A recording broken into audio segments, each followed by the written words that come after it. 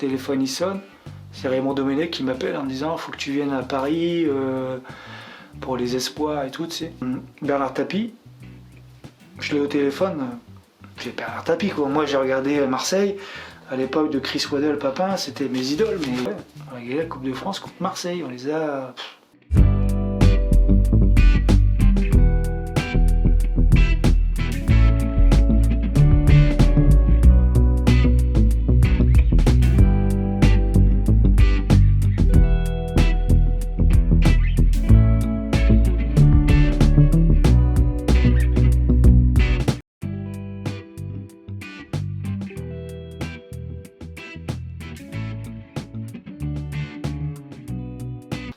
Bah ouais, de toute façon, jouer dans son club, enfin, club de cœur, ouais, c'était Lens, c'est sûr. Quand j'étais jeune, j'allais voir des matchs à Bollaert. Et après de là, le jour où j'étais recruté pour rentrer au centre de formation, c'était le début d'une aventure. Le rêve, oui, c'était de toucher le monde pro. C'était ton rêve, mon ton rêve. objectif? Dès que je suis rentré au centre de formation, oui, c'était mon rêve. Et avant ça, pas forcément ou... Non, pas. Je jouais vraiment pour le plaisir. C'était quand j'étais à Boulogne. Enfin, il y a une partie qui n'est pas racontée, c'est quand je suis parti à Dunkerque. J'étais parti pour jouer avec l'équipe réserve et dans l'année aller avec le groupe pro, mais je suis pas allé, ils m'ont pas gardé, donc je suis revenu à Boulogne et c'est là que j'ai fait le parcours de 2 ans avec les seniors. Parce que j'ai vu aussi que tu avais postulé pour être dans le centre de formation de Dunkerque. Oui. J'ai lu ça et que tu n'avais pas été sélectionné. Non. Pourquoi, tout simplement?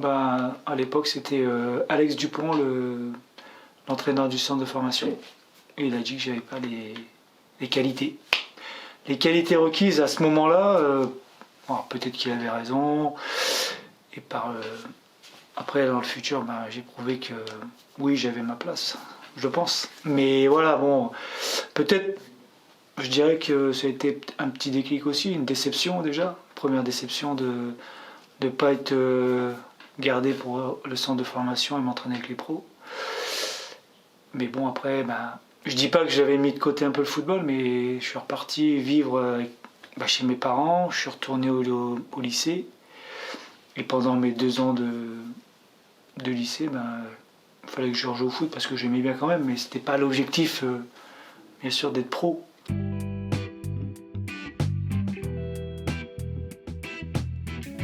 J'ai dit j'y vais, on fait le tournoi, bien sûr on gagne le tournoi, je fais un tournoi de malade, je suis un des meilleurs joueurs du tournoi.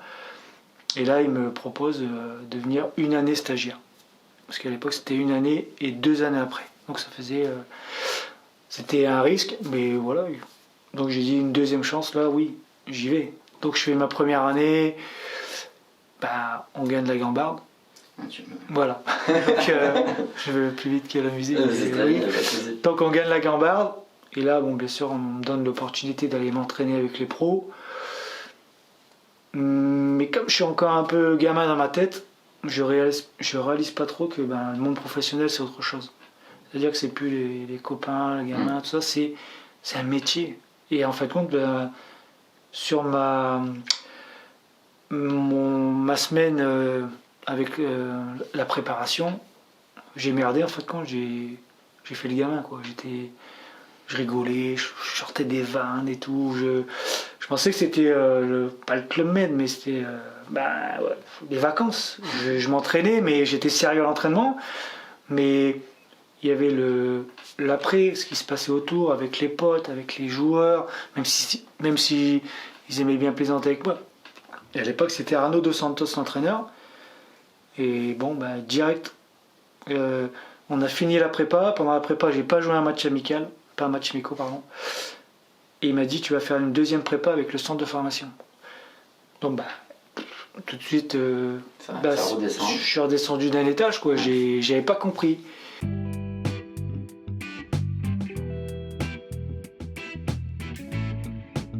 Et c'est la 3e année de stagiaire 3. Je vais à l'armée. Je fais bataillon de Joinville. Je dis pas que j'avais pas ma place, mais c'était ceux qui jouaient régulièrement normalement dans son club qui avaient l'opportunité d'y aller. Mais comme il y avait des places de libre et que ils avaient appuyé un peu pour moi, donc j'y suis allé. Et comme par hasard, cette année-là, c'était la Coupe du Monde militaire. C'était au Maroc. Donc il fallait être sélectionné dans les 20 ou 22 joueurs. Et je suis sélectionné dans les 22 joueurs, je fais la Coupe du Monde. Malheureusement, bon, je fais une belle Coupe du Monde, mais je reviens et j'ai mon genou qui ménisque. Donc je me fais opérer. Bon, je perds un peu de temps pour revenir, mais je me fais opérer, ça se passe bien, je fais la réduc, je retourne à l'armée, je fais mes entraînements à l'armée, je reviens le vendredi, je m'entraîne avec les pros et soit ils me gardent, soit je vais avec la réserve. Donc c'était lui qui décidait de ce qu'il avait besoin. Donc là j'ai commencé à toucher un peu le terrain, à jouer 15 minutes, puis un jour j'ai joué un peu plus longtemps. J'ai confirmé, et comme c'était ma dernière année, il fallait que je fasse à peu près 15 apparitions sur la feuille de match. Donc à la fin de l'année, je reçois une feuille, un avenant en disant que j'ai mes 4 ans professionnels avec tant de points, que je gagnais ça pendant X années. C'était pas des sommes astronomiques comme maintenant, mais c'était déjà le dire que ça devenait ton rêve. Mon rêve commençait à vraiment, mon métier, et mon rêve commençait vraiment à se réaliser.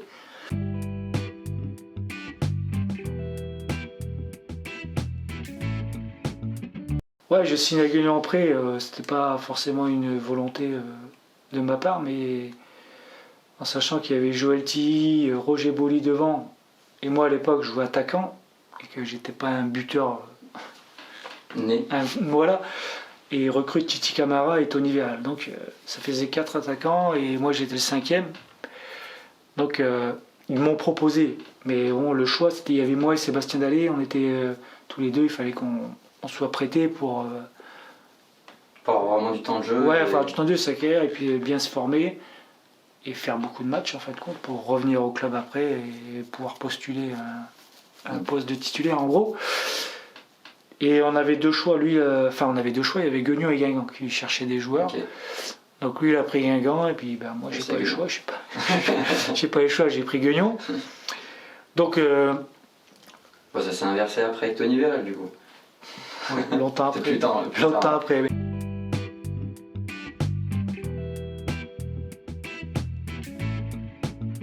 Mon téléphone il sonne, c'est Raymond Domenech qui m'appelle en me disant faut que tu viennes à Paris pour les espoirs et tout, tu sais. Moi dans ma tête je me dis j'arrive à Guignon, j'avais fait 7 heures de route, j'étais explosé et je dis à l'entraîneur, au directeur, je dis ouais franchement dites-lui que je suis blessé, que je peux pas y aller. Et il me dit mais ouais mais si tu refuses là, ils t'appelleront plus jamais. Bon. Donc j'y vais.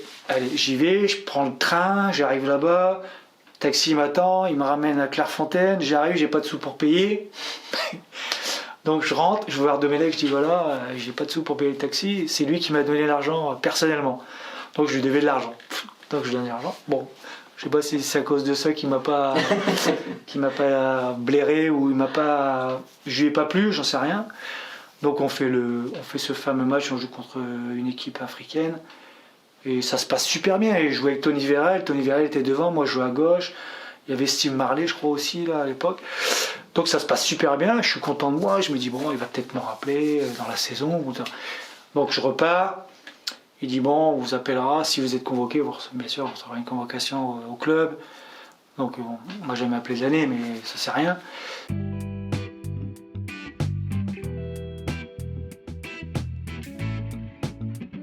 Je retiens le positif, c'est que moi, j'avais fait 35 matchs cette saison, peut-être 33, je sais plus, sur 38. J'étais, je sais pas, à l'époque c'était les étoiles dans France Football, là, j'étais dans les 10 premiers. Bon, je dis pas que c'était important, mais les gens y regardaient quand même. C'est toujours valorisant. Donc je pars de là-bas, j'avais dû marquer 5 buts dans la saison, j'avais fait quelques passes D, donc c'était concluant, entre guillemets.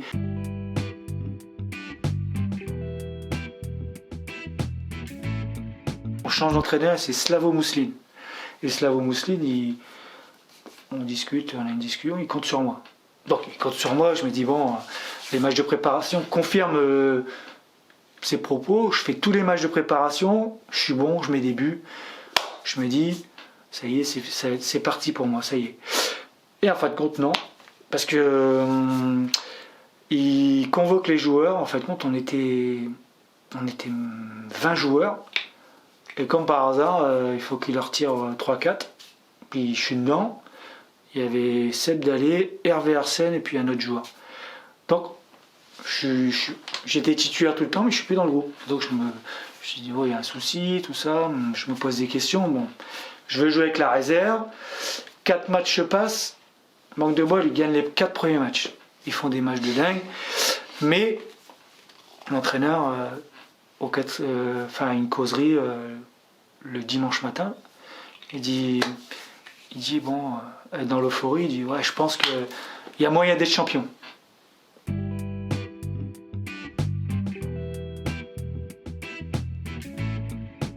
Roger Lemaire qui arrive, que lui j'avais connu au Bâton de Joinville, donc il me connaissait, je savais qu'il allait donner la chance aux jeunes, et il vient avec Daniel Leclerc comme adjoint. Bon voilà, on arrive, lui il fait une réunion, il dit voilà, je compte sur tout le monde. Pas comme le cas de Patrice Berg qui avait fait ça quelques années avant. Lui il dit je compte sur tout le monde, les meilleurs joueront. On fait les entraînements, bon, ça se passe. Bon, ça se passe très bien, je suis quand même pas mal à l'entraînement. Dans les matchs, bon, au début je suis remplaçant, puis un échauffement, c'était contre Bastia. T'as Philippe Vercuis qui était revenu au club, aider le club. Il se télescope avec Cyril Magnier et il voit plus clair. Il va voir le coach, il dit ouais. Donc moi j'étais en train de taper les ballons avec le gardien, je l'ai chauffé et tout. Et je rentre dans le vestiaire, il me dit dépêche-toi, habille-toi, tu joues tout de suite. Pas besoin, pas le temps de cogiter, bon, je m'habille, je rentre. Et là je fais un match, on fait 1-1, mais je fais un match de ouf. Je suis partout, je distribue, je suis des fois à la finition, bon je marque pas, mais je suis là tout le temps, je fais un match de dingue. T'as été pris de court, mais au final... Voilà, sans réfléchir, j'étais limite, je dirais pas exceptionnel, mais j'étais bon, très bon même.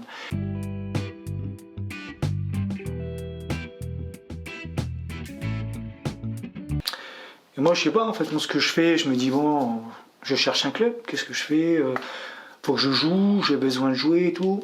Et lui il vient me voir, Daniel Leclerc, il me dit l'année prochaine je compte sur toi. Et je lui dis mais tous les entraîneurs depuis que je suis arrivé ici ils comptent sur moi, mais il me dit mais non, mais je compte sur toi, le système de jeu nous ça va être comme Auxerre, 4-3-3, toi tu vas jouer ailier, on aura Anto Dromniak, Smisser ou Vérel, Ziani en 10 et les deux milieux, toi, ce qui explique la vérité, c'est ça, c'est ce qui s'est passé. Et là pareil, j'ai fait une saison de dingue, en fait j'ai dû faire 33-34 matchs. Bon, j'ai marqué un but, mais j'ai dû faire 7-8 passes D. Donc, il s'était pas trompé. En fait, ce qu'il m'avait dit, c'était vrai. Bon, j'étais bon aussi. Il fallait que je monte tous les joueurs à l'entraînement parce que Tony Vérel, Smisser, c'est du lourd. Dromniak, c'est du lourd. Ziani, c'est du lourd. Il y avait Michael Debève aussi qui était là, aussi offensivement. Donc, il fallait se faire une place. Donc, j'étais là, j'ai fait le job et je ressors d'une saison où je suis quasiment, ça se dit pas, mais un titulaire indiscutable, quoi. Donc je suis solide. Et on fait la saison, on est qualifié pour la Ligue des Champions, bien sûr. Ouais. Donc là, j'avais une gêne encore à mon genou, donc je me refais opérer du ménisque pendant les vacances. Donc je suis en vacances, je suis à Ibiza. Bon. Je t'avouerai que je fais pas une réduc de ouf. Je pense plutôt à faire un peu la fête, fêter le titre. Là on est en 98. Là. Voilà, faire des sauts, de la falaise dans l'eau.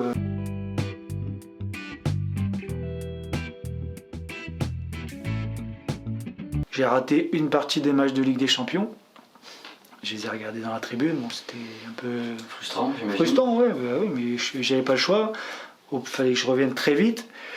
Et bon, le travail, tout ça, c'est à payer. J'ai commencé à retrouver de la force, de la flexibilité, tout. Là, le genou, c'était très bien. J'ai commencé à recourir autour du terrain, à toucher le ballon. Puis je suis revenu progressivement. Je suis allé à Arsenal, mais j'étais pas sur le banc. J'étais à la tribune. Donc. Et après, j'ai fait le dernier match contre Kiev. J'étais remplaçant. Je suis rentré un quart d'heure, 20 minutes. Donc j'ai goûté un petit peu à la Ligue des Champions.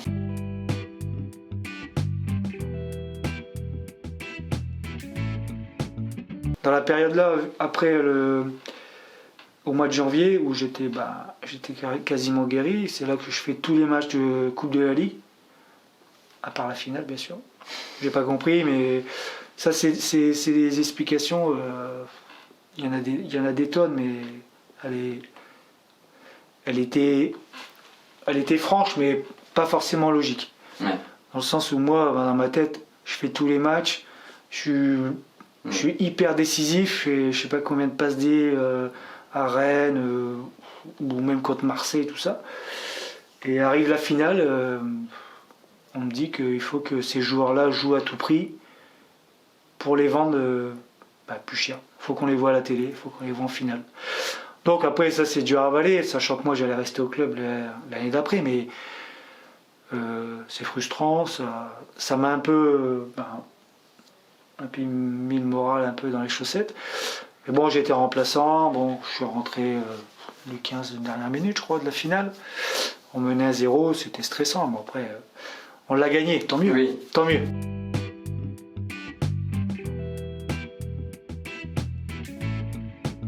Tout le long de ma carrière, quasiment dans tous les clubs, ils m'ont jamais considéré. J'étais un bon joueur de foot de Ligue 1, mais j'ai jamais été vraiment un.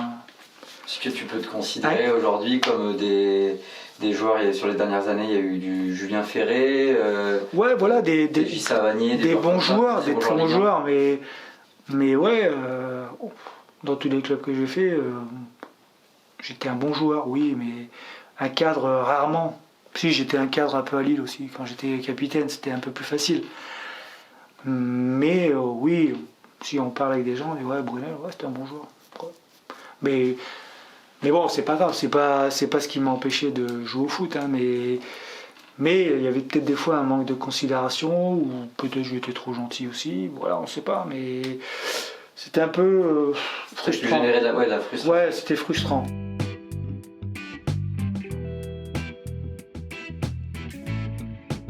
Pour raconter le scénario, c'est un truc de dingue. Alors déjà que Marseille c'était compliqué. Parce que je suis supporter ouais, de Marseille. Mais sans même encore maintenant tout ce qui se passe, on sait que c'est un club compliqué. Mais moi je suis arrivé, Bernard Tapie, je l'ai au téléphone, j'ai Bernard Tapie quoi. Moi j'ai regardé Marseille à l'époque de Chris Waddle, Papin, c'était mes idoles, mais Bernard Tapie, je dis ouais, il m'appelle Bernard Tapie. Je dis c'est une blague, tu vois. Ouais, bah alors bonjour, c'était Tapie. Voilà. Il dit voilà, j'ai recruté une paire comme Alex Aloisio à Saint-Etienne, c'est Fernandao et Dil, deux Brésiliens. Il me dit j'ai besoin de 2 mecs sur les côtés là pour envoyer des centres, bing, tu sais, pour. Je dis ok, moi de toute façon à Lens il voulait plus moi, donc j'étais le 3e choix. Il y avait Pedron qui était arrivé, et tu avais Ludovic Delporte qui était là, et moi, bon, je me rappelle parce que le directeur sportif c'était Patrice Berg, et je suis allé dans son bureau, et il m'a dit ouais, t'es 3e choix. Je dis ah, ok, d'accord. Bon, donc là j'ai cherché à partir, j'avais 3 solutions, non, j'avais 2 solutions, non, 3. J'avais Bastia, Lille et Marseille. Et dans ma tête, je me dis putain, je suis à Lens, je vais aller à Lille maintenant, directement pour. Je vais me faire déglinguer. Pas déglinguer dans le sens où il va y avoir un peu de haine, tout ça, mais j'ai dit non. Bastia, ouais, la Corse, c'était joli, sympa, mais pour le foot, il y avait trop eu de trucs quand je suis allé là-bas, c'était pas. Donc, je dis Marseille quand même, c'est un club que j'aime bien, j'adore, quoi, tu vois. Donc, je dis à mon manager, allez, on y va.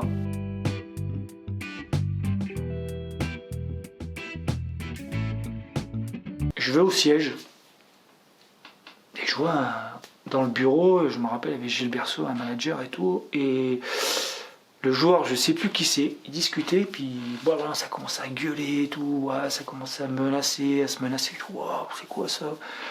Donc moi on l'attendait dans le bureau à côté, donc ça se termine, tout ça, puis t'as Bernard Tapie qui arrive avec l'entraîneur, et l'entraîneur, c'était, comment ça s'appelle? 2001. Oui. José Anigo. Ouais, voilà, c'était José Anigo. Enfin, qui avait été mis là par le fait que Tomislav Ivic était parti en cours de préparation. Oui, il remplaçait ça. Voilà. Donc là, on discute, toi, le dialogue avec mon tapis, c'est pas un joueur de foot, mais c'est plutôt un ego qui me parle, ouais, voilà, ça, ouais, on va jouer comme ça, là tu seras bien et tout. Donc, moi je dis, c'est bon, ok, voilà. Donc on fait un prêt d'1 an, il me restait encore 1 an derrière de contrat avec Lens. Donc je dis ouais, pourquoi pas, je dis on signe 1 an et si tout va bien, ben, je re-signe 3 ans derrière, tu vois. Et on préparait déjà la signature de 3 ans si ça se passait bien. Donc j'arrive à l'entraînement et j'avais Cyril Roll qui était là, comme c'était un de mes potes, quoi. Donc ça tombait bien pour l'intégration, tout ça. Et puis bon, il y avait des mecs sympas, c'était franchement, les joueurs, ça se passait super bien. C'est les alentours qui étaient un peu bizarres, mais ça on le sait.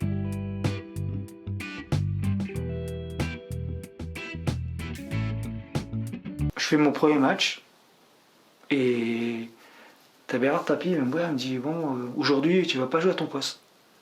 Je dis, tu vas jouer, tu vas te mettre le public dans la poche, tu vas jouer numéro 6, relayeur. Tu vas dire que tu vas défendre, tu vas apporter le ballon. Et à matin, je me dis putain, mais si j'ai jamais joué, moi 6, je suis pas. Je suis technique, mais je veux dire, j'ai pas les attitudes d'un 6. Il dit t'inquiète pas, tu vas te mettre le public dans la poche, tu vas faire ça, tacler, tu vois. En vérité, bon, il avait pas tort sur la situation du match, comment ça s'est passé quasiment comme il avait dit. J'ai touché pas mal de ballons, j'apportais offensivement, je me retrouvais dans la surface, j'ai même failli marquer le but de la victoire. Bon, j'ai tiré un petit peu au-dessus, mais l'action en elle-même, elle était belle. Je suis sorti à la 70e, j'avais des crampes, quand j'avais quasiment pas joué de match.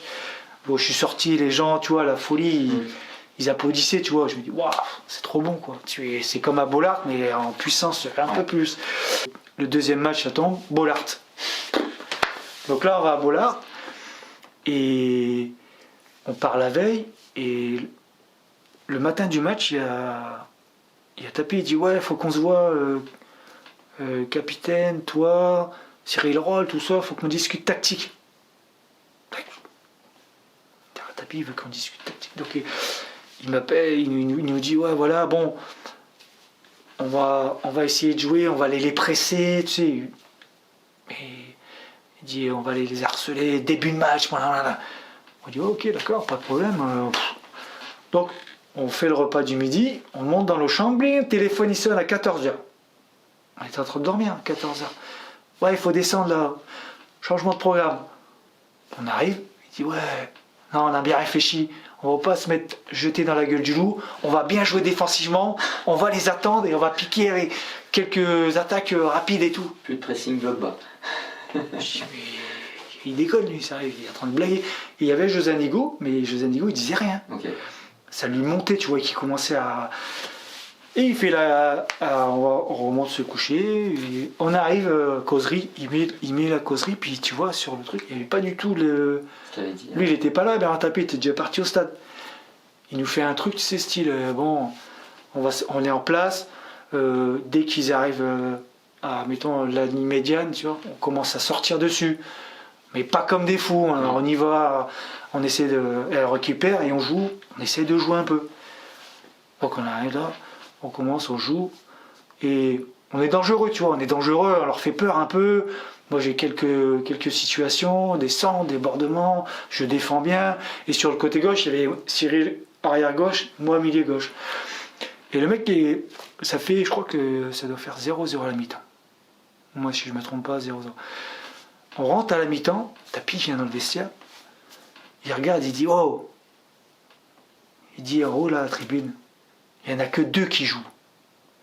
Il dit 2 gauchers là, Roll et Brunet, il n'y a que eux qui sont dans le match. Vous, le reste, vous regardez, vous êtes spectateurs, bougez-vous, tout ça. Tu dis, mais peut-être avec Cyril, on l'a regardé, je dis, oh, il est trop fou, lui, sérieux. C'est même pas l'entraîneur qui dit. Donc voilà, on rentre, on perd le match de 0 sur 2 coups. Il y avait le bœuf qui a fait passe à l'adversaire, à Diouf, laisse tomber.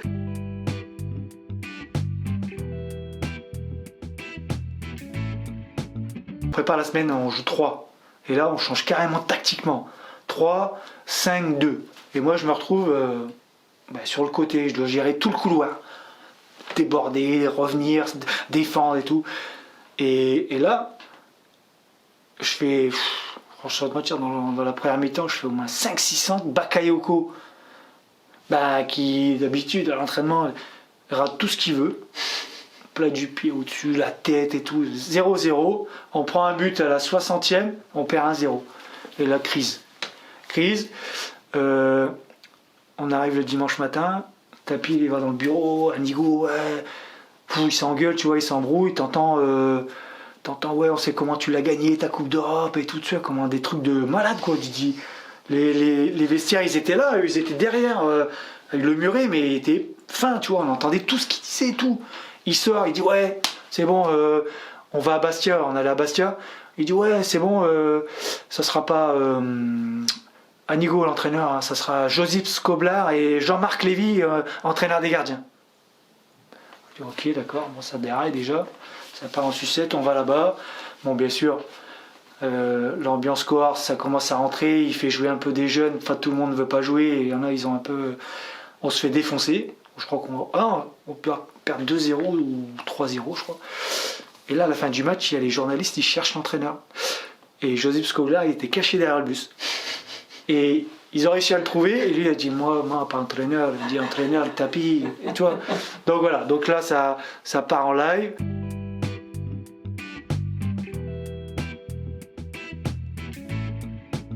On rentre.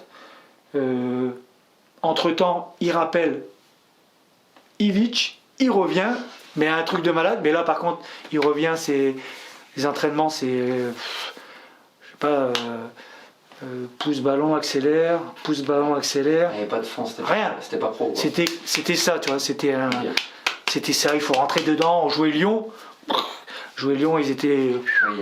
Donc, comme ça. Il dit, toi, tu vas jouer là, mais beaucoup d'énergie, beaucoup dépensé, beaucoup attaqué, beaucoup centre, beaucoup de frappe. Beaucoup.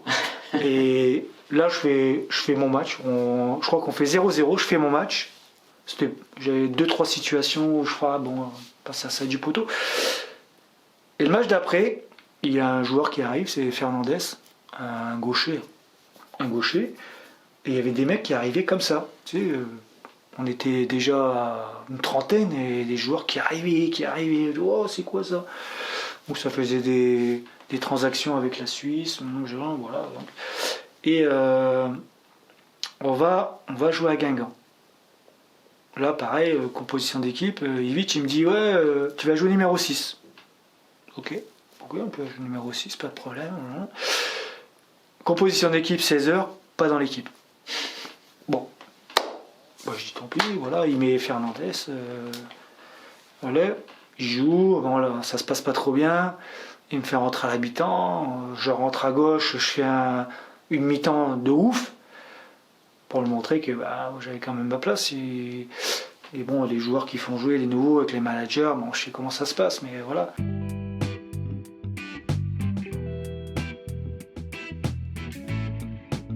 Ça m'a gonflé, les journalistes ils viennent me voir, puis ils me disent ouais, à l'entraînement le vendredi ils me posent des questions, ils me disent ouais alors comment ça se fait que t'étais prévu normalement? Les journalistes savaient que j'étais titulaire, ils me disent pourquoi t'étais pas sur le terrain? Je dis après je sais pas qui fait l'équipe, si c'est Bernard Tapie ou si c'est Tomislav Ivic. Laisse tomber. On arrive le samedi à Metz, l'équipe. Rotier, Brunel, il aimerait savoir qui est l'entraîneur, si c'est Tapi ou. Donc midi, arrive, le repas, lui il arrive, il dit, il fait comme ça, il fait viens me voir. Je dis ouais ok, on discute, il me dit tu sais où tu vas aller aujourd'hui? Je dis non, il dit dans la tribune. Je dis ok, bon. Je dis pas de problème, il dit tu comprends bien que je suis obligé de sanctionner tout de suite parce que c'est dans le journal. Donc à partir de là, c'était descente aux enfers. Je m'entraînais mais je jouais plus. J'ai joué 4-5 matchs avec la réserve. Ce que tu as dit, ce que tout le monde pensait. Voilà, j'ai dit ça, mais j'aurais pas dû le dire en fait. Ouais. Et peut-être que j'aurais joué aussi, Mais après, voilà, ça arrive, ça fait ça jusqu'au mois de décembre. Et au mois de décembre, j'appelle Gervais et je dis c'est bon. Je reviens au club et après on cherche un autre club, c'est pas possible, je joue plus. Il veut plus que je joue. Donc il me dit bah ouais mais bon il faut attendre, je peux pas pour l'instant, ouais ok. Donc il passe Noël, Nouvel An et je vais faire la reprise avec Marseille. Et on part 3-4 jours à Cannes et on a un match amical contre Cannes. Cannes en face de nous, et on joue au Auxerre et t'avais la grosse équipe quoi, Mexès, Boumsong, Djibril Cissé, Fadiga, les gros caïds quoi. Et là, il me fait jouer d'entrée, tu vois, je comprends pas, je joue d'entrée, je marque 2 buts. Putain, je me dis.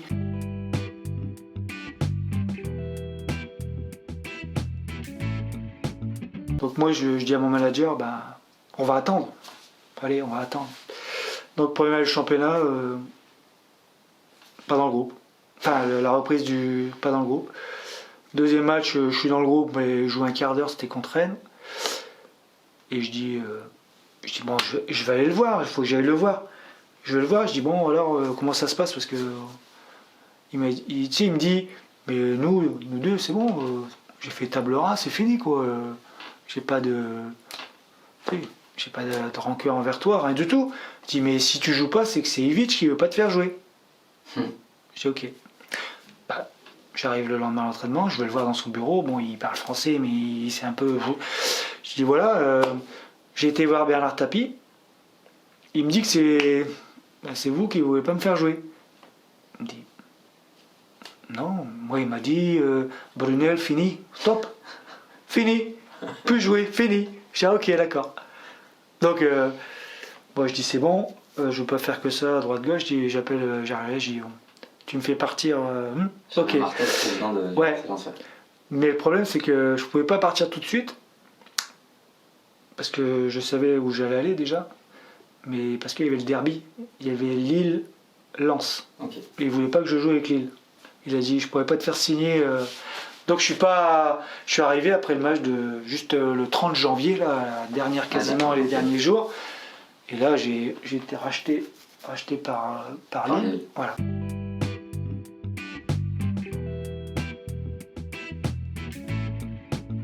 Quand j'arrive, je rencontre Vaïd Elodic, personnage imposant et tout. Il aussi, il parle un peu croate, serbe, ce que tu veux, yougoslave. Et lui, il m'a dit voilà, on t'a recruté pour l'année prochaine. Donc là, tu vas pas jouer beaucoup, mais tu te prépares pour l'année prochaine. Tu sais. Tu feras des brides de match. J'ai dit ok, pas de problème. Et j'arrive à l'entraînement, comme par hasard, hécatombe de joueurs, plein de blessés, je suis obligé de jouer tout de suite. Et mon match que je veux jouer, c'est encore à Bastia. Là, je me suis retrouvé avec que des jeunes quasiment. Il y avait 2-3 anciens, mais que des jeunes. On perd 1-0, on fait un beau match. À la Bastia, ça y va. Dans le vestiaire, ça essaie d'intimider comme tout le temps quoi, tu vois, dans les batiloques là ça tape et bam on marchait dessus, ouais. Bon comme d'hab. Donc ouais bon il y a eu un petit peu d'intimidation. Donc on rentre, en fait compte il me fait jouer et il y a la Coupe d'Europe. On joue Dortmund et j'étais pas prévu que je joue non plus, mais il m'avait inscrit donc j'ai pu jouer. Et là je joue Dortmund à domicile. Pareil, là, je fais un match de dingue. Je suis partout, je suis à droite, je suis décisif, j'envoie des balles à Bakary. Il y avait le petit, comment il s'appelait, le petit Marocain aussi, il était très bon. Bon, les attaquants, je les aime Boutoual, tout ça, je leur donne des bonbons pour qu'ils essaient de marquer, mais bon. Et on fait 1-1. Franchement, on n'est pas rougi, on fait 1-1 et le match retour, on va ce fameux stade là, magnifique. Les supporters de dingue. Et là il pleut, pareil.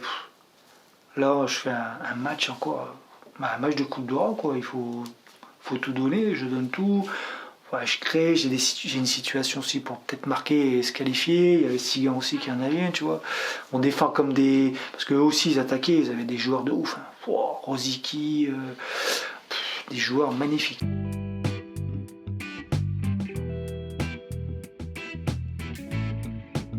Lui et Vaïd, je savais pas, mais il s'en va.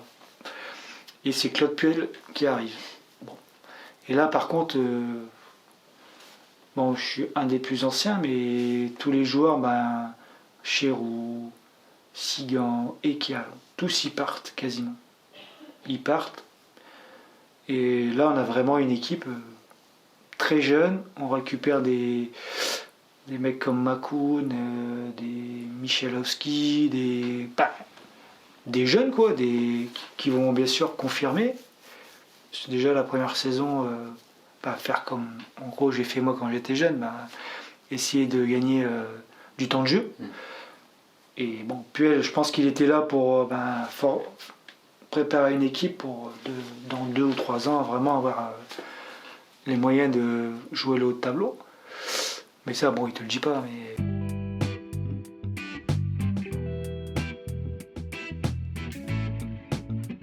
Là, je veux prendre le brassard, déjà. Et je veux prendre le numéro 10. Je dis pas que c'est de cause à effet, mais je voulais imposer ma personnalité aussi. Et on fait l'Intertoto.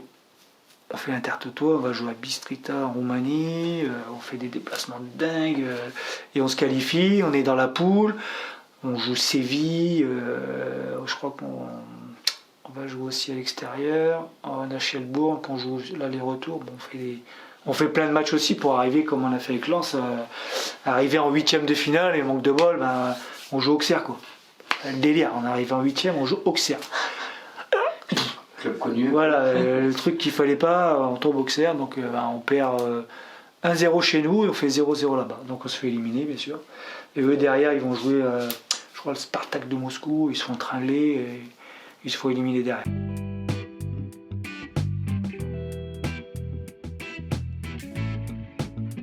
Manque de bol, la renégociation, c'est. J'ai pas discuté avec le directeur sportif, j'ai discuté avec le Puel.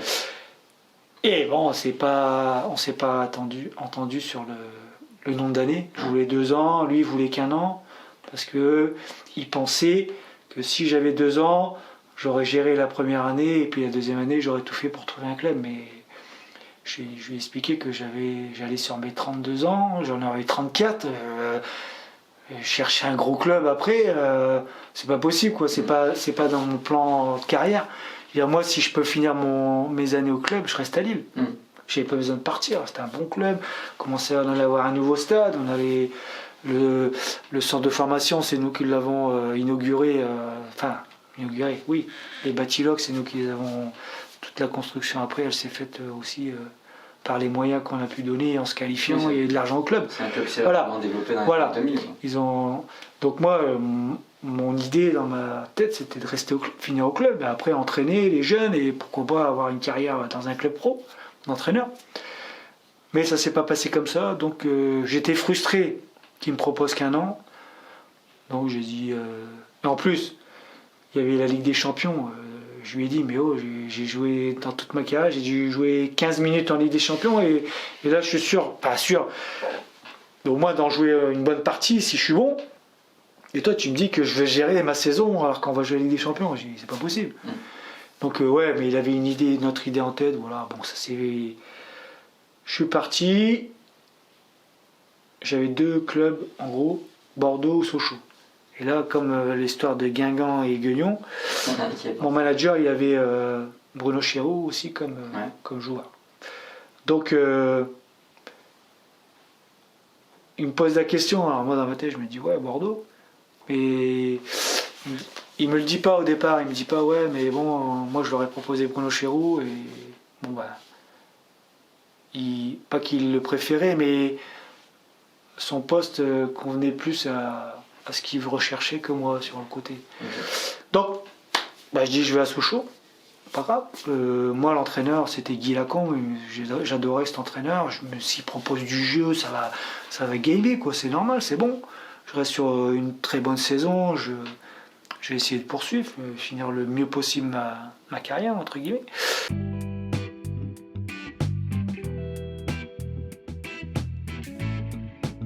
Donc, je dis je vais à Sochaux, pas grave. Moi l'entraîneur c'était Guy Lacan, j'adorais cet entraîneur, s'il propose du jeu, ça va gamer quoi, c'est normal, c'est bon. Je reste sur une très bonne saison, je vais essayer de poursuivre, finir le mieux possible ma carrière, entre guillemets. Donc j'arrive là-bas, bien accueilli, à l'entraînement, bon, je les rejoins en stage. Je commence moi à faire ma prépa aussi, tout seul quasiment, le physique surtout. Et on me dit pas, on me l'a pas dit, on me l'a caché. Guy Lacombe, il s'en va. Je me dis mais vous pouvez pas me le dire avant ça. Il me dit ben on l'a su là au dernier moment. Il dit ok d'accord. Donc il me dit mais vous avez qui en remplacement là? Et il me dit on a Daniel Leclerc et Dominique Béjotin. Arrêtez, je me dis putain, j'ai croisé les doigts, je me dis j'espère que ce sera Daniel Leclerc quand même. Alors je dis franchement si vous avez vous savez l'expérience tout ça, il faut prendre Daniel Leclerc, vous savez, ouais, t'inquiète pas, on travaille dessus, c'était Bernard Gengini, le directeur sportif. Ok. Donc bon, manque de bol, ça n'a pas été lui. Ça a été Dominique Bijotin, mais je le connaissais du centre de formation quand il y était à Lens. Le courant est passé bien. Et je sais pas. On fait les premiers matchs. On reçoit Toulouse et Paris Saint-Germain. Ça se passe plutôt mal, mais on perd les matchs 2 fois 1-0. Bon, pas de bol. Hein. 2 fois 1-0. Je fais des matchs corrects. Je fais ce que je fais d'habitude. Je déborde, je propose, je donne des passes. Je fluidifie un peu le jeu sur mon côté. Et après, tout doucement, ça s'est effrité. Il a commencé à... on se parlait plus. Il faisait jouer des jeunes. Et il se tournait plus sur les anciens, il se tournait sur les jeunes, tu vois. Donc c'était une très mauvaise idée parce qu'ils l'ont vite bouffé, en fin de compte. Il n'avait pas compris. Donc il n'a pas été bon. Voilà, il a fini quand même la saison, le club il s'est maintenu. Moi, entre-temps, je chopais une pubalgie. Donc on était au mois de janvier. Je faisais, entre guillemets, je faisais tout pour revenir. Mais je sentais il n'allait pas me faire jouer parce que c'était fini quoi, il y avait plus on n'accrochait plus tous les deux, il prenait des nouvelles mais sans plus. Alors je me suis dit je vais jouer quelques matchs avec la réserve, puis après on verra.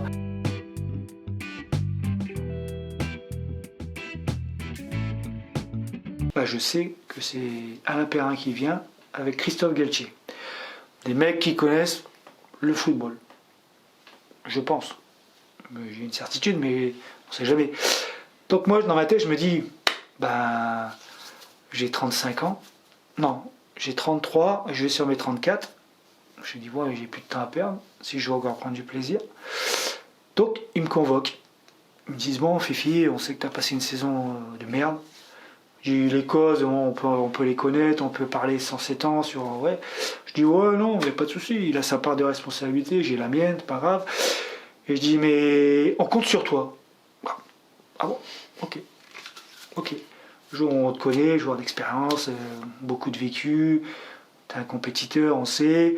Alors, on va recruter, mais sache que tu seras régulièrement dans les 16-18 joueurs qu'on va se servir. Il me dit, par contre, tu vas faire une préparation spéciale, toi. Tu vas te remettre tout doucement, tu vas faire les étirements avec le kiné, tu vas faire ton truc physique tout seul. Et après, quand on partira en stage, tu reviendras avec nous. Bon, j'écoute à la lettre, je reviens, je suis bien, j'ai pas de problème au genou, nickel. Mais comme je jouais pas beaucoup, il fallait que je fasse un match plein. Donc tous les joueurs qui jouaient pas beaucoup, il a trouvé un match à Bâle. On va à Bâle, on joue contre... aussi, ils faisaient tourner leurs joueurs. Il me dit, mais Alain Perrin, il me dit, j'ai une idée. Il dit, tu vas jouer 6. Je dis, putain, mais qu'est-ce qu'ils ont avec ce 6 là? Toujours vouloir me mettre en 6, tu vois. Je dis, bon, ok, techniquement, t'es bon, tu peux servir de relais, t'es capable de jouer long, tu es capable de te retrouver dans la surface, finir et tout. Je dis, ok. Donc, on commence le match, tout se passe bien, je joue, je frappe, marque. Oh, je dis, putain, mais ça y est, c'est parti, je joue, je tac, je récupère des ballons, et manque de bol. Je veux jouer un ballon, il y a deux mecs, ils arrivent, bam, genou.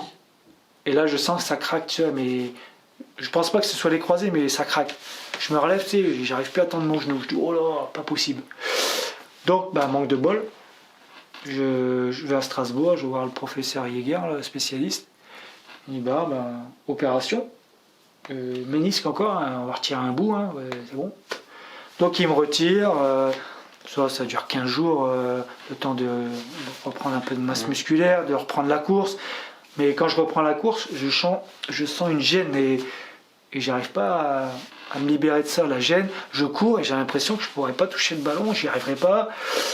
Donc je psychote pendant 1 mois, 2 mois. Et lui, Perrin, il vient me voir, il me dit bon, allez, c'est bon, on va faire un petit jeu là, tu rentres dans le jeu, tu penses au ballon, tu penses pas à ton genou, tu penses au ballon. Et je rentre dans le jeu, putain, je cours après le ballon.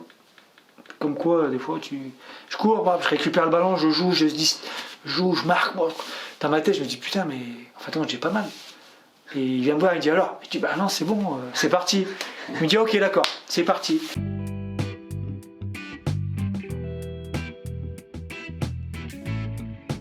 Donc il me fait jouer mon premier match contre Lorient. Il y avait encore André-Pierre Gignac dans l'équipe. Il y avait Le Pen et tout qui jouait encore. Mansouri, celui qui avait joué à 3 aussi, le 10 là, qui était pas mal. Ouais bon, des très bons joueurs. Et là je joue, je fais 70 minutes, pas mal. Tu vois, je fais ce que j'avais à faire, il me sort, il me dit bien et tout. Match d'après, on va à Marseille. À Marseille, t'avais Ribéry, t'avais toute la clique. Hein. C'était l'année Cissé, tout là. Les gros bébés. Donc on arrive là-bas, je joue pareil, je dois jouer 65 minutes. On arrive à la mi-temps, 0-0. Je me débrouille pas mal et tout. Bon, on prend un but, 2 buts. Bon, je crois qu'on perd 4 ou 5-1. On prend une volée.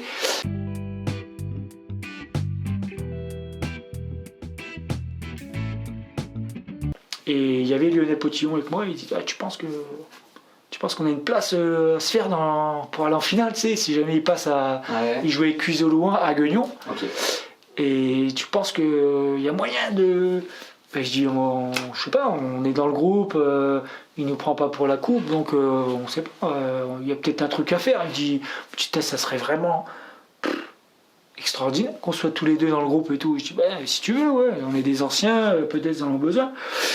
Et donc là, on joue le match de Monaco, je joue 6, et en face de moi, t'as Bakayoko, enfin non, comment il s'appelle qui avait joué à Manchester City là.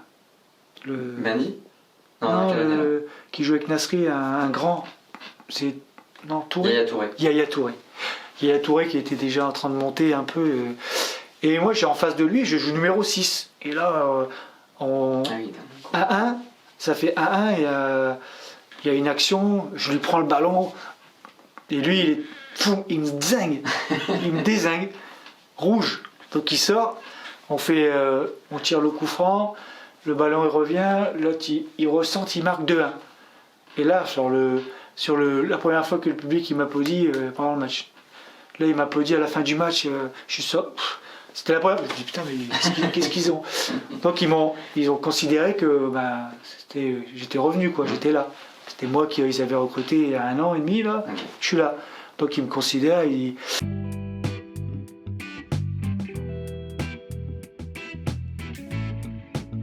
Donc on est dans les 20 et on va sur Paris. Donc on arrive bien sûr 2 jours avant. On est dans un château magnifique. Et là, on fait un entraînement sur un terrain annexe là, à côté. Et le deuxième entraînement, c'est la veille au Stade de France. Donc là, on fait un entraînement comme ça. Et la veille, il commence à mettre une équipe en place. Il met les remplaçants, bien sûr, pour faire opposition, tout ça. Puis, Perrin, il vient me voir, il me dit ouais, comment tu te sens et tout. Je fais ça va. J'ai pas de pépins, tout ça. Je suis bon, ok. Il va voir mon pote, il dit tu vois, ça va toi? Non, ça va, pas de problème non plus et tout. Et comme il avait un petit souci sur le match de Coupe de France avec Michael Elisabeth, qui était quand même un joueur important de Sochaux, un joueur de club bien sûr. Moi, qu'on avait une très bonne relation et c'était pas bien passé parce qu'il avait critiqué Alain Perrin, sur son remplacement ou sur un. Je sais pas vraiment ce que c'était, mais ça n'avait pas plu à Alain Perrin. C'est peut-être grâce à ça aussi quand le jour où on fait la causerie, je vois mon nom, Suez Monroy, et il met Badara Séné et Mika Isabé dans la tribune. Donc j'ai dit, waouh, ah oui, quand même. Donc j'appelle ma femme, ouais, alors peut-être je suis dans le groupe. Je suis dans le groupe, peut-être pouvoir soulever la coupe, hein, je sais pas. Bon, c'était Marseille en face, mais peut-être la lever. Donc ouais, arrive le match et tout. Bon, Marseille, à chaque fois, ils ont mené.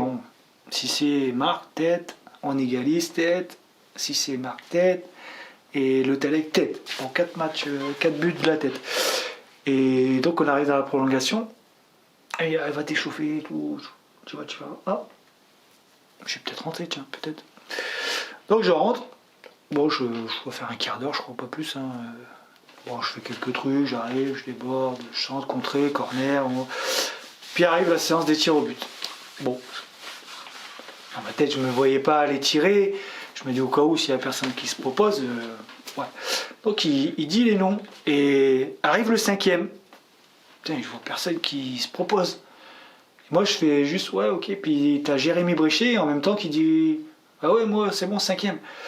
Donc Perret, il note, tu vois, il met 5e, puis il fait Philippe, 6e au cas où. Tu vois. Oui, ok. Donc, les pénalités, la séance estire, on marque, nous, hop. Personne ne rate, arrive lui il doit marquer, et s'il marque, c'est fini, quoi. Putain, il rate. Je dis, ça y est, c'est le destin, c'était moi, il fallait que ça m'arrive à moi. 6e, c'est normal, c'est moi, ça va m'arriver. Il rate, derrière, il marque. Je dis, bon, allez, j'y vais, hein, tant pis.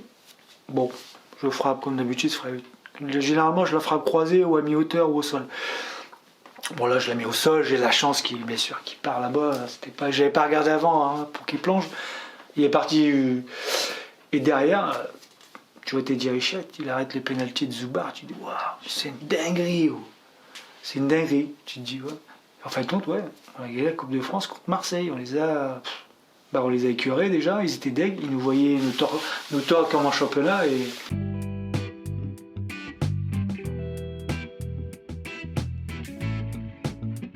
Mais il n'y a pas eu de grosses propositions en fait. Moi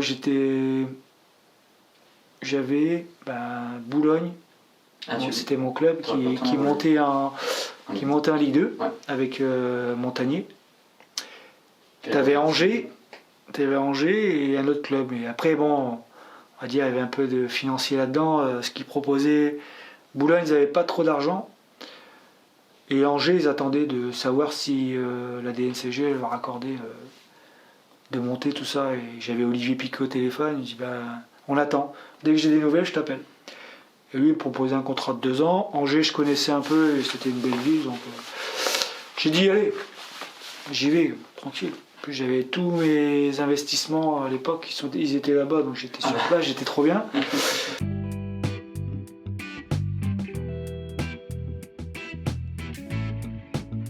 Et on joue à Ajaccio et comme par hasard, une petite blessure. Petit jeu, sur une frappe comme ça, c'était du jeu l'entraîneur d'Angers ouais. Maintenant. On frappe en même temps et mon genou il est parti quoi.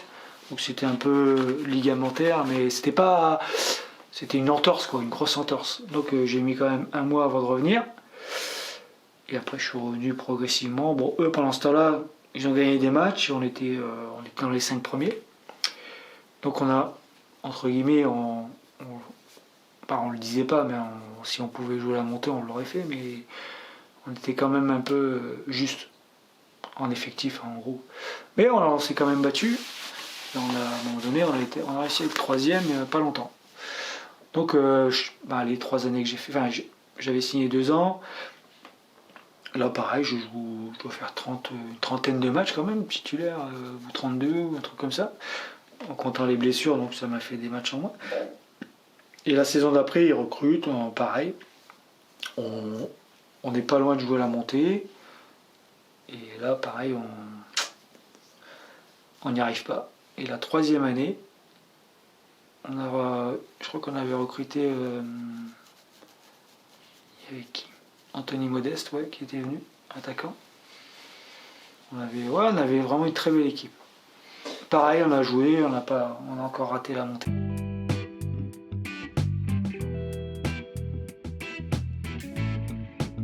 J'ai fait une année en CFA avec Valence. Bon là pareil, j'ai pas eu pas trop de chance parce que je me suis fait une hernie discale. Je connais. Ouais. Mais j'ai joué avec, et en fait quand je jouais avec, je me suis défoncé et j'ai dû arrêter à la mi-février. Bon, j'avais fait quand même quelques matchs de Coupe de France. On avait fait l'épopée, mais après, sur un match, je crois que c'était Metz, j'ai sauté, je suis retombé les deux pieds au sol et je ne pouvais plus bouger. Donc voilà. Okay. Donc ça s'est arrêté là-dessus, mais eux, bon, ils m'avaient proposé après d'entraîner dans le club. Ouais. J'ai accepté. Je voulais prendre l'équipe réserve. Mais bon, ils avaient déjà quelqu'un. Donc j'ai pris les U18 parce que bon, ils étaient en honneur, il fallait les faire monter au plus haut niveau. Donc j'ai dit ok, pas de problème, j'avais des joueurs de dingue. J'avais des joueurs de foot. Ils auraient pu jouer facilement s'ils avaient été un peu plus ambitieux, ils auraient pu jouer facilement en National 1 en étant plus vieux bien sûr.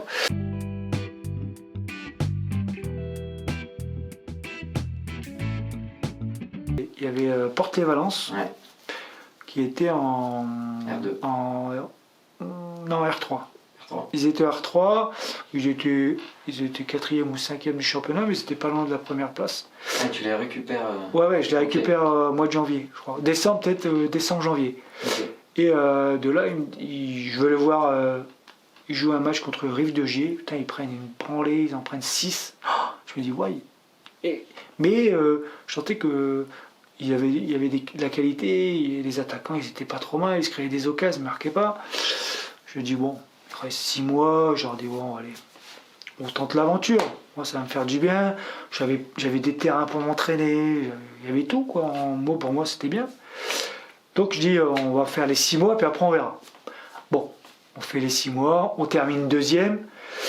Avec l'histoire de il faut les 5 premiers. Ouais voilà, il fallait pas perdre contre eux ou les laisser gagner, donc j'étais obligé de perdre le dernier match pour pouvoir finir meilleur deuxième on va dire. Donc on est monté et là au niveau du sérieux tout ça c'était compliqué parce que ça demande beaucoup de rigueur aussi la Régionale 2. On a fait une bonne préparation, on était dans le bon wagon. En Coupe de France, on a fait des perfs. En championnat, on était deuxième. Ah, vous aviez ouais, 6e tour de Coupe de France, Chasselet. Et après le match de Coupe de France, la chute, on ne sait pas pourquoi. Physiquement, il ne tenait plus la route. Si je dis pas de bêtises, vous êtes premier à un moment donné. Ouais, mais c'est possible, voilà. Et après, on a tout perdu quasiment. On s'est même pas maintenu. Ouais, je me dis. Et bon, après, comme j'explique, c'était 3 entraînements par semaine. Il y en a, ils faisaient pas les 3 entraînements. À un moment donné, ils payent cash, les mecs. Ils boivent un petit coup. Puis bon, les apéros, c'était pas des apéros. Ça durait jusqu'à 3h du mat. Donc même si on s'entraînait le vendredi quand on jouait le dimanche, il y en a ils enchaînaient le samedi aussi, donc c'était compliqué. Bon, ça a manqué un peu de sérieux, et puis bon, on a fini, on est descendu quoi. Après les gens, entre guillemets, certains ont dit que c'était de ma faute, mais bon, oui, l'entraîneur il est un peu responsable, mais quand tu vois quand je vois les personnes après que j'étais obligé de faire jouer, qui jouaient en réserve, et que la réserve elle était en D3 ou D4, bon, tu peux pas leur demander la lune non plus. Bien sûr. Ils ont fait ce qu'ils ont pu, mais le niveau était trop élevé. On a joué des équipes, on a pris des 5-0, 4-0, ça tenait 20 minutes, 25 minutes.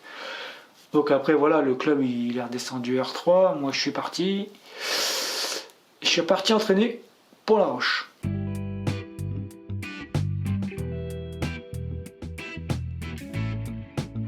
Ouais, il y a un gros écart quand même. Ouais. Après, je dis pas qu'un joueur entre guillemets, qui joue en régional, peut pas arriver en 2-3 ans à toucher le national, voire la Ligue 2. Ouais. Tout est possible, s'il est sérieux, il est motivé, il croit en ses chances. Il peut tout se passer, hein. Il n'y a vraiment pas de vérité en fin de compte. Alors oui, tu vas me dire, il y en a, ils ont bossé toute leur vie, ils ont essayé, ils ont fait que ça, du foot pour essayer d'avoir... Puis il y a un mec qui a bossé à l'usine et du jour au lendemain, il est recruté, tu sais pas comment, par un club pro. Ouais, ça arrive. Oui. Tout peut arriver, mais il y a un fossé. Après, moi, comme tu dis, j'ai fait les deux. Après, mon amateur, c'est compliqué. Et quand tu es en plus du monde pro, encore plus, je suppose. Ouais, tu vois des choses. Après, je dis pas que le monde pro, tout est beau, tout est merveilleux. C'est pas ça du tout. Hein, mais sauf quand t'es joueur, t'es de la viande, t'es sur le marché, tu dois être... t'es jamais bradé, on veut gagner de l'argent sur ton dos, on te dégage, tu sais pas pourquoi, on veut plus de toi parce qu'il y a un meilleur que toi. Ouais, bon. Et en amateur, comme tu dis, c'est s'entraîner déjà. Si tu as 3 entraînements et que tu n'en fais qu'un, tu n'as aucune chance d'être performant le week-end. Ou si ça dure 1 mois, 2 mois, puis après, il n'y a plus de gaz ou tu te blesses. Après, c'est essayer de comprendre les consignes de l'entraîneur. Tu peux pas jouer un peu que ton propre football, quoi. C'est pas possible. C'est pas possible. Mais après, bon, maintenant, comme je dis, dans le monde amateur, il y a de l'argent. Et moi, quand je joue en régional, ce que peut gagner un mec sur le mois plus son salaire de boulot, je peux comprendre que les mecs, ils n'ont pas envie d'aller jouer dessus. Mais bon. Donc voilà, après, quand on descend encore plus bas, là, moi je pense que c'est plus du plaisir. Mais le plaisir de venir le week-end et de gagner des matchs, oui, là il l'est. Et finir la soirée avec ses potes, boire un coup, ça oui. Après le match, il n'y a pas de problème. Mais bon, les mecs, ils ont un boulot, si c'est des passionnés, il y en a plein de passionnés, tu peux compter sur eux le week-end. Mais un mec que tu peux compter sur le week-end, il dit je ne veux pas m'entraîner et que je joue que les matchs, non. Dans un groupe, il y aura toujours, faudra toujours le bordel.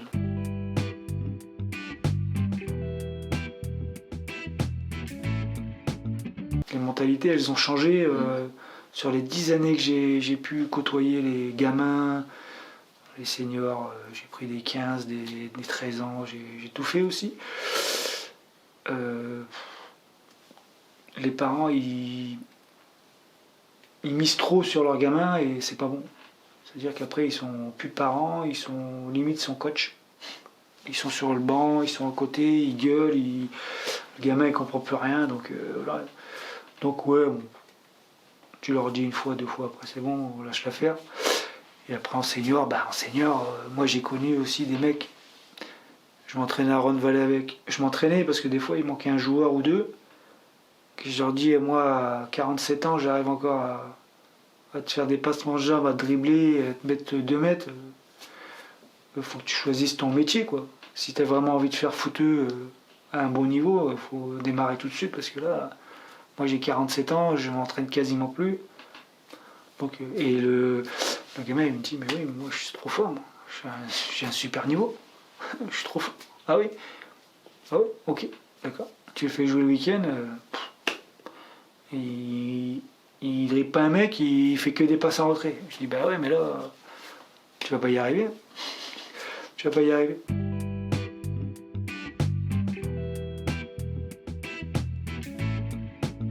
Maintenant que je dis, il y a tellement de sports que les gamins, ils se permettent d'arrêter le foot, ils vont jouer au tennis, le tennis il arrête. Moi j'ai mon fils, il a joué au foot, il aimait bien, mais bon, du jour au lendemain il dit ouais, c'est bon, j'arrête, je vais faire un autre sport. Et depuis il a 21 ans, il a fait 7-8 sports, tu vois, mais il change tellement vite qu'il s'accroche 6 mois, il se dégoûte, ils vont faire un autre sport, il s'accroche 6 mois. Mais je dis, mais comment vous faites? Ils sont vite influencés par tout ce qu'il y a autour. Tout ce qu'il y a autour. Moi, à un moment donné, il est parti sur du MMA. Je dis, mais...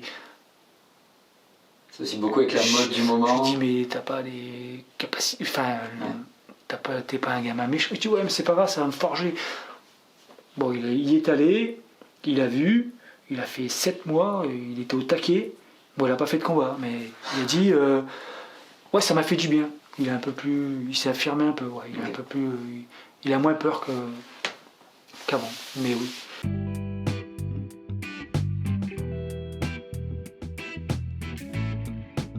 Merci beaucoup. Non, mais pas de problème, moi, ça me fait plaisir Et ben, de reparler un peu des souvenirs. Des fois, j'en oublie, hein, mais et des anecdotes, des anecdotes, je te l'ai dit, mais en plus, j'aurais pu faire 2 heures en plus. mais j'avais en une fait- anecdote aussi. Hein, c'était mon premier match que j'avais été jouer à Angers.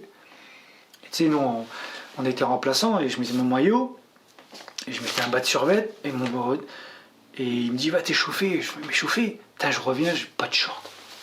Oh, il m'a flingué, oh. Il m'a flingué. Il m'a dit t'as pas de short. Il m'a dit rentre ton vestiaire, va chercher ton short et tout. En Ligue 1, j'ai fait ça, t'imagines? Il y en a pour avoir accès à leur carrière, elle était finie. J'avais oublié le short. Dans ma tête, je me suis dit, putain, je suis remplaçant et j'ai oublié le short. Et c'était une de mes premières rentrées. J'étais à Angers. Oh, je dis, ouais, catastrophique. Genre Là, je me suis une fait. montée de stress. Non, mais là, laisse tomber, je savais plus où me mettre. Il m'a dit, va chercher ton short dans le vestiaire, dépêche-toi. Le mec, il ouvre, je mets le short, j'arrive pas. J'ai dit, t'as dans la tête, il rentre, tu sais, je le sentais dans ses yeux, je lui ai dit, t'arrêtes bon. C'était pas bon. Si tu fais de la merde, tu vas voir. Ce sera peut-être la dernière fois que tu rentreras. Mais là, franchement. Oh.